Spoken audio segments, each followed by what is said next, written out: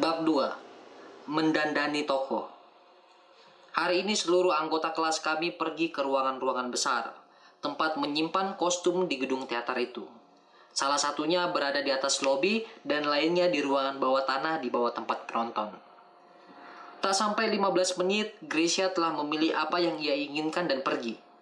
Beberapa siswa lain juga tidak berlama-lama. Hanya Sonya dan aku belum juga menemukan pilihan pasti. Sebagai gadis muda yang genit, tatapan Sonya meloncat ke sana kemari dan kepalanya pusing 7 keliling melihat begitu banyak gaun indah. Sementara itu, aku belum yakin akan menampilkan tokoh seperti apa dan ingin untung-untungan saja kalau mendapat ilham di situ. Dengan seksama kuamati semua yang kulihat. Berharap menemukan kostum yang memberikan citra tentang sosok yang menarik buat kutampilkan. Perhatianku tertuju pada jas panjang yang sudah usang. Jas panjang ini terbuat dari bahan bagus yang belum pernah kulihat sebelumnya. Sesuatu berwarna pasir, kehijau-hijauan, keabu-abuan, tampak memudar dan penuh bercak, seperti debu campur abu. Rasa-rasanya orang yang mengenakan jas panjang ini akan kelihatan seperti hantu. Semacam kengerian yang hampir tak tersadari, sekaligus kenekatan yang menggetarkan membuncah dalam diriku saat kutatap jas panjang usang itu. Jika dipadu dengan topi, sarung tangan, alas kaki berdebu, dan rias serta rambut palsu yang sewarna dan senada dengan bahan jas panjang itu, serba keabu-abuan, kekuning-kuningan, kehijau-hijauan, pudar dan suram, akan muncul efek seram, tapi akrab. Kesan apakah tepatnya? Belum bisa kuputuskan. Para petugas bagian kostum menyisihkan jas panjang pilihanku dan berjanji mencarikan aksesoris-aksesoris untuk dipadukan. Sepatu, sarung tangan, topi tinggi, juga rambut dan jenggot palsu. Tapi aku belum puas dan terus mencari-cari hingga menit terakhir ketika petugas yang manis dan bersahabat itu akhirnya mengatakan kepadaku bahwa dia harus bersiap-siap untuk pertunjukan malam itu. Tak ada yang bisa kulakukan selain pergi sebelum sampai pada keputusan yang pasti. Dengan hanya jas panjang penuh noda itu yang disanggupi akan disediakan untukku. Dengan gairah, tapi juga resah, kutinggalkan ruangan kostum itu bersama teka-teki di dalam diriku. Sosok pribadi yang pasti kumainkan, sosok pribadi apa yang mesti kumainkan ketika aku mengenakan jas panjang usang lusuh itu. Sejak saat itu hingga pesta topeng tiba, 3 hari kemudian sesuatu berkecamuk terus di dalam diriku. Aku bukan diriku dalam pengertian kesadaranku yang biasanya tentang diriku sendiri. Atau lebih tepatnya aku tidak sendiri, melainkan bersama dengan seseorang lain yang terus kucari di dalam diriku tapi tak kunjung kutemukan. Aku ada dan hidup. Aku terus menjalani kehidupanku yang seperti biasa. Tapi ada yang mencegahku untuk menyerahkan diri sepenuhnya pada kehidupan yang seperti biasa itu. Ada sesuatu yang mengganggu keberadaanku yang biasa. Aku seperti terbelah dua. Meskipun aku memandang semua yang menarik perhatianku, aku tidak menatapnya dengan tuntas, melainkan hanya samar-samar, tanpa merenungkan kedalamannya. Aku berpikir tapi tanpa ketuntasan perenungan. Aku menyimak tapi hanya dengan sebelah telinga. Aku mengendus bebawan tapi tidak sepenuhnya. Separuh dari tenaga dan kemampuan manusiawiku entah bagaimana lenyap, dan kehidupan itu menggerus kekuatan serta daya dan perhatianku. Segala yang kukerjakan tidak rampung. Aku tidak menyelesaikan apa saja yang kutangani. Aku merasa ada sesuatu yang teramat penting yang harus kuselesaikan. Tapi kemudian, mendung menyelimuti kesadaranku. Aku tidak mengerti lagi langkah berikutnya. Aku tidak mampu memusatkan pikiranku, dan aku terbelah. Letih dan tersiksa rasanya. 3 hari penuh hal itu kualami, dan selama itu pertanyaan tentang siapa yang akan kumainkan dalam pesta topeng alias pentas penyamaran itu tetap tak terjawab. Akhirnya malam itu tiba-tiba aku terbangun dan segalanya jadi jelas. Kehidupan kedua yang kujalani bersama dengan kehidupanku yang biasa itu adalah kehidupan rahasia bawah sadar. Di dalamnya sedang berlangsung terus-menerus pencarian akan pria bulukan yang kebetulan kutemukan pakaiannya. Namun kejelasan itu tidak bertahan lama. Kejernihan itu buyar lagi dan aku kelimpungan di tempat tidurku. Tidak bisa tidur dan terus gelisah.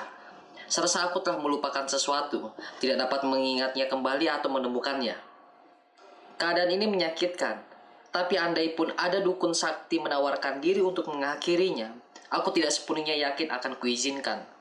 Dan inilah keanehan lain yang kucatat dalam diriku. Aku seakan yakin tidak harus menemukan gambaran orang yang kucari. Meskipun begitu, pencarian itu terus berlangsung. Bukanlah iseng-iseng jika selama hari-hari itu aku tidak pernah melewati studio foto tanpa mencermati potret-potret di etalase dan berusaha mengerti siapa orang-orang dalam potret-potret itu.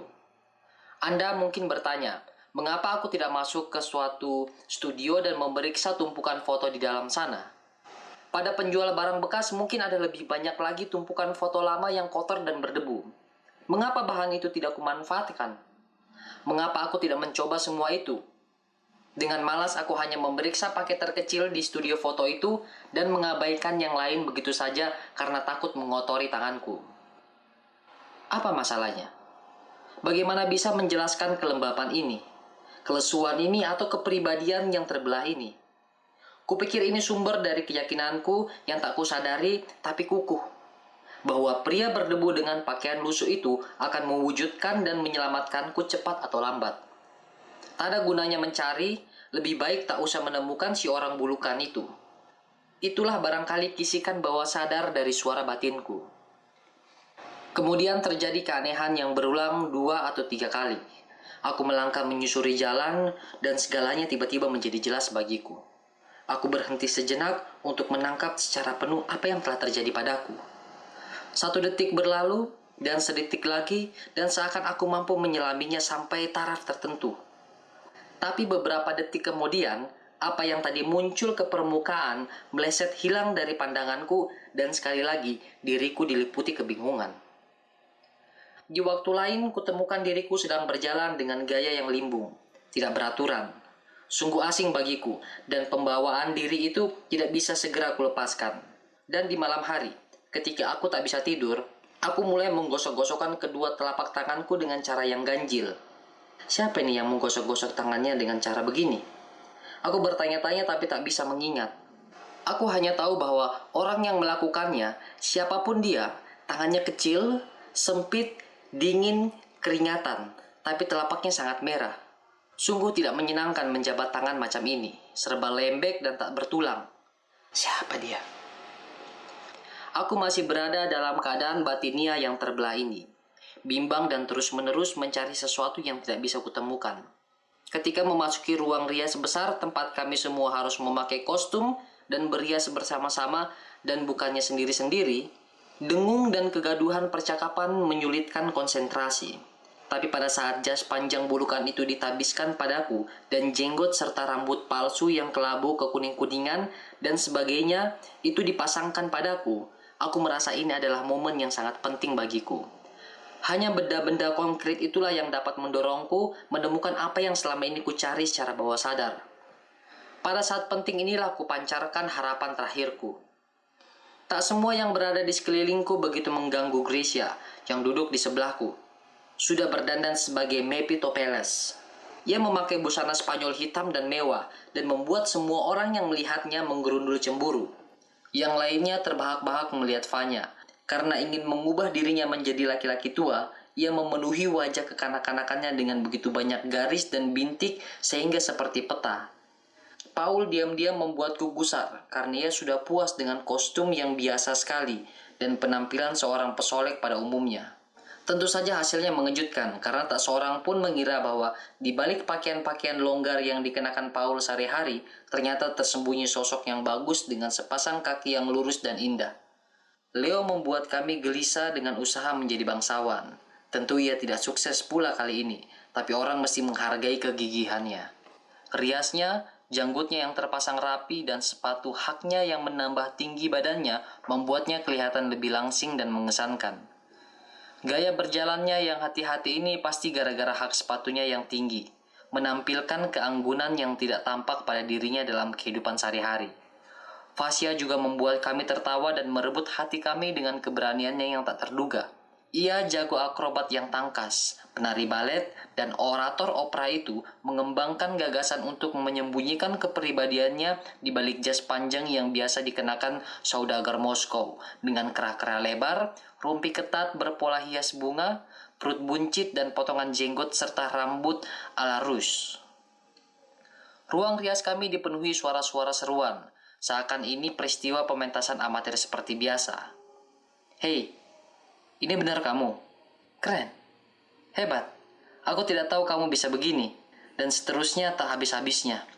Teriakan-teriakan ini membuatku gila, sementara ucapan-ucapan yang diwarnai keraguan-keraguan dan ketidakpuasan yang dialamatkan kepadaku sungguh mematahkan semangatku. Ada yang salah. Entah apanya. Siapa dia? Aku tidak mengerti, mestinya peranmu apa? Betapa mengerikannya bagiku mendengarkan segala komentar dan pertanyaan itu, sementara aku sendiri juga tak tahu harus menjawab apa. Siapa yang kucoba kutampilkan ini? Bagaimana aku tahu? Andai aku mampu menebak, tentu aku yang paling dulu mengatakan siapa aku. Dan aku sungguh-sungguh berharap kepada juru rias sampai ia datang mengubah wajahku menjadi wajah toko pirang teatrikal yang pucat dan kodian. Dan aku sungguh-sungguh berharap kepada juru rias sampai ia datang dan mengubah wajahku menjadi wajah toko pirang teatrikal yang pucat dan kodian itu. Sebetulnya aku sudah merasa berada di jalur yang benar untuk menemukan identitas rahasiaku. Aku tergigil kecil saat perlahan-lahan mengenakan pakaian tua itu, memakai rambut palsu dan menempelkan jenggot dan kumis. Seandainya aku sendirian di ruangan ini, jauh dari semua yang berlangsung di sekitar dan memecah perhatianku, tentu aku sudah mengerti siapa orang asing misterius di dalam diriku ini. Tapi dengung, geremang, dan ocehan teman-teman membuatku tidak dapat suntuk bersendiri dan menghalangiku menyelami teka-teki pelik yang sedang berlangsung dalam diriku. Akhirnya mereka semua keluar ke panggung sekolah untuk diperiksa Pak Torsov. Aku duduk sendirian di ruangan itu. Tak berdaya, lesu memandang cermin, menatap wajah teatrikalku yang tak mencicirkan siapapun. Dalam hati aku telah yakin gagal. Aku memutuskan untuk tidak tampil di depan Pak Direktur, melainkan menanggalkan kostumku dan menghapus riasku dengan bantuan krim kehijau-hijauan yang tampak mengerikan di hadapanku. Aku telah mencelupkan satu jari ke dalam krim itu dan mulai mengoleskan ke wajahku. Dan aku terus mengoles. Warna-warna lain mengabur. Bagian cat air menetes ke dalam cairan. Wajahku berubah jadi kehijauan kelabu kekuningan, seperti bagian dari perangkat kostumku. Sulit memisahkan mana hidungku, mana mataku, atau bibirku. Kuoleskan krim yang sama ke janggutku dan kumisku.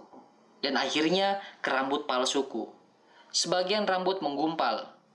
Lalu, seakan sedang setengah tak sadar, aku gemetar. Jantungku berdegup kencang. Kucopot alisku, aku berbedak asal-asalan. Kulumuri punggung tanganku dengan warna kehijauan dan telapak tanganku dengan warna merah muda yang lembut. Kuluruskan jas panjangku dan agak kutarik dari kravatku. Semua kulakukan dengan sentuhan yang cepat dan pasti.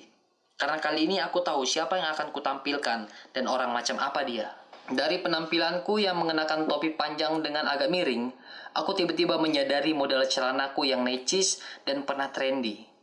Walaupun sekarang sudah begitu usang dan lusuh, aku mengepaskan kakiku dengan lipatan yang terbentuk pada kedua pipa celana itu dengan cara mengarahkan telapak dan jari-jari kakiku ke dalamnya.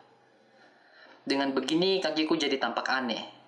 Pernah Anda perhatikan betapa kaki sebagian orang bisa kelihatan aneh dan konyol? Aku selalu kurang suka pada orang dengan kaki seperti itu. Karena sikap kakiku yang tidak seperti biasa itu, aku jadi tampak pendek dan cara berjalanku sungguh berubah.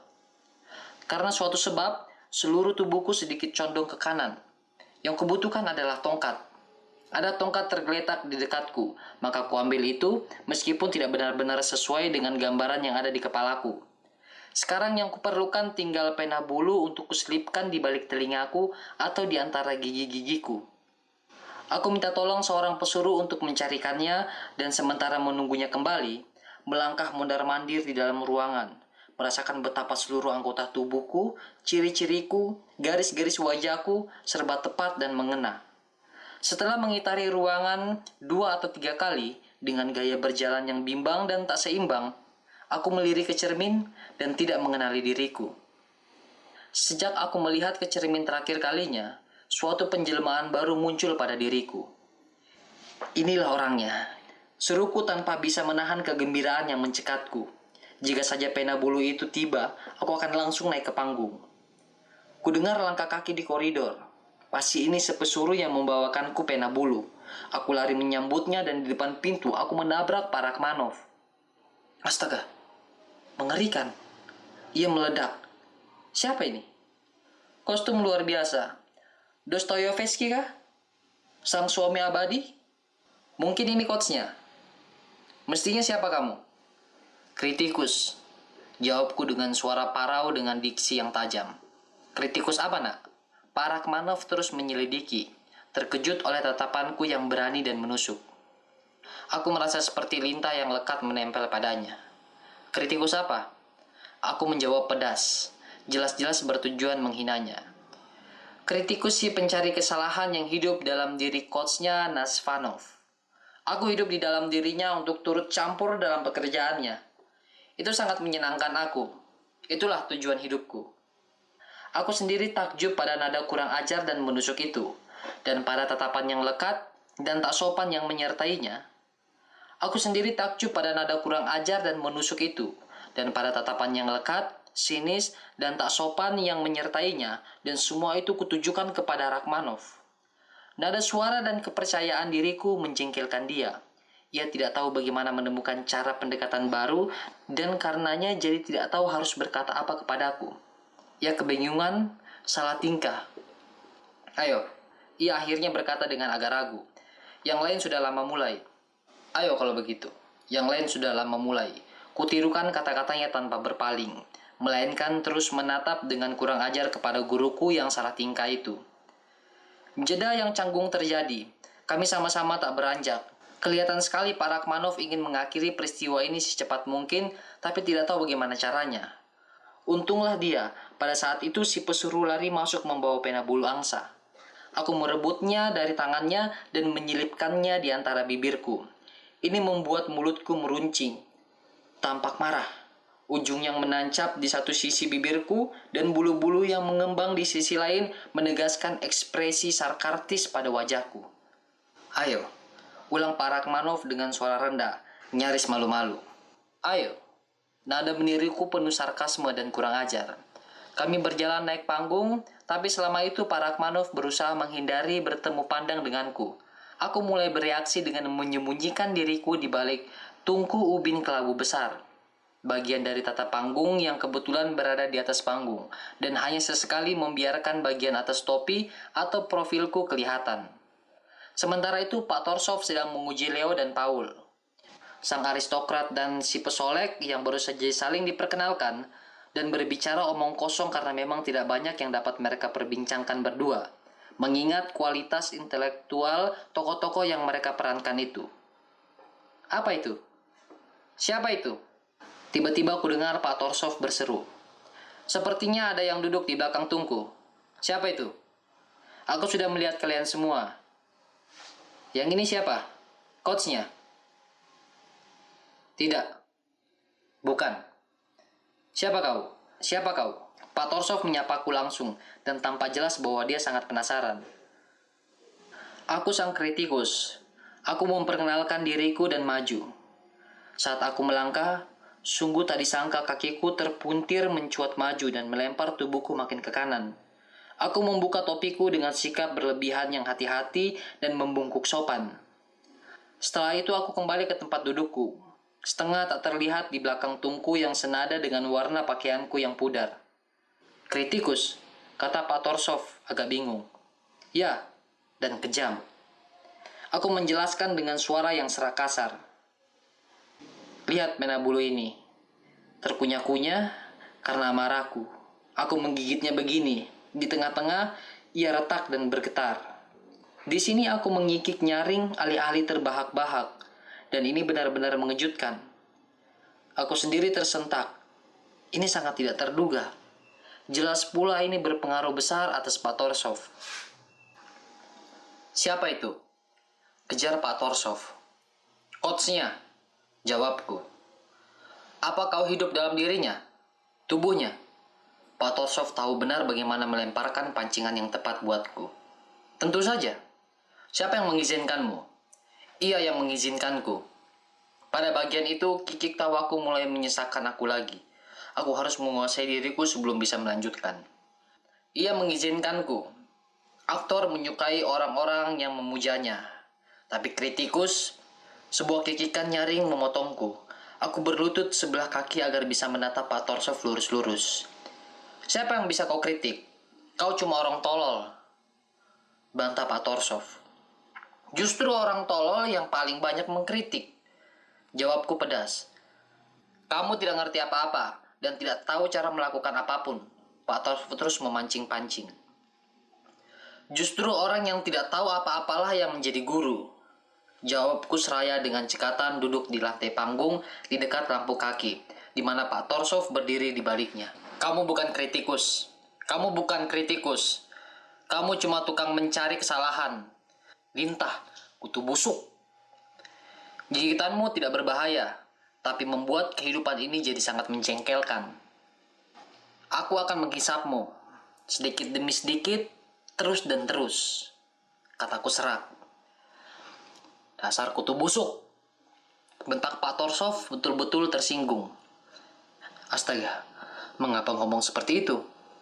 Aku menggelosor ke lampu-lampu kaki menuju pusat perhatian Pak Torsov. Benar-benar tidak bisa menguasai diri. Kutu busuk najis kau. Kutu busuk najis kau. Pak Torsov nyaris berteriak sekarang. Bagus, bagus sekali. Penuh keriangan kutajamkan sindiranku tanpa ampun. Kau tidak bisa mencampakkan lintah. Di mana ada lintah, di situ ada telaga. Dan di dalam telaga masih banyak lintah. Kamu tidak bisa lepas dari mereka, juga dari aku. Setelah tertegun sesaat, Pak Torsov tiba-tiba melangkah menyeberangi lampu kaki dan memelukku penuh kehangatan. Bagus, nak. Sesudah itu, menyadari bahwa aku menodainya dengan pemulas yang luntur dari wajahku, aku menambahkan, oh hati-hati, sekarang Bapak benar-benar tidak bisa mencapakanku. Siswa-siswa lain cepat-cepat membetulkan kerusakan demikian, tapi aku sedang mabuk kegembiraan setelah mendapatkan tanda restu Pak Direktur, sehingga aku melompat, melonjak-lonjak kecil, dan setelah itu, di tengah hebohnya tepuk tangan, aku berlari meninggalkan panggung dengan gayaku yang normal. Ketika menoleh, aku melihat Pak Torsov dengan sapu tangannya berhenti membersihkan pemulas cukup lama untuk memandangiku dari kejauhan dengan kagum. Aku benar-benar bahagia. Tapi yang kualami ini bukanlah kepuasan yang biasa-biasa saja. Ini adalah kegembiraan yang langsung menyembul dari capaian daya cipta, capaian seni. Saat berjalan pulang, aku memergoki diriku mengulangi gestur dan gaya berjalan tokoh yang kuciptakan gambarannya. Tidak hanya sampai di situ. Sepanjang makan malam bersama induk Semang dan rekan-rekan asramaku, aku bersikap bawel, suka mencerca dan lekas marah. Tidak seperti diriku, melainkan sangat mirip dengan kritikus pencemohku. Bahkan induk semangkuk melihat hal ini. Ada apa denganmu hari ini? Tegurnya. Rasa-rasanya kamu jadi suka main perintah seperti bos besar saja. Ini menyenangkanku. Aku bahagia karena aku telah menemukan bagaimana caranya menjalani kehidupan orang lain. Apa artinya meleburkan diriku dalam suatu toko dengan watak tertentu? Ini modal teramat penting bagi aktor.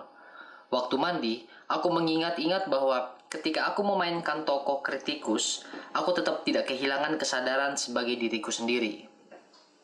Kusimpulkan demikian karena ketika berperan, aku bisa merasakan kepuasan yang luar biasa di dalam mengikuti penjelmaanku.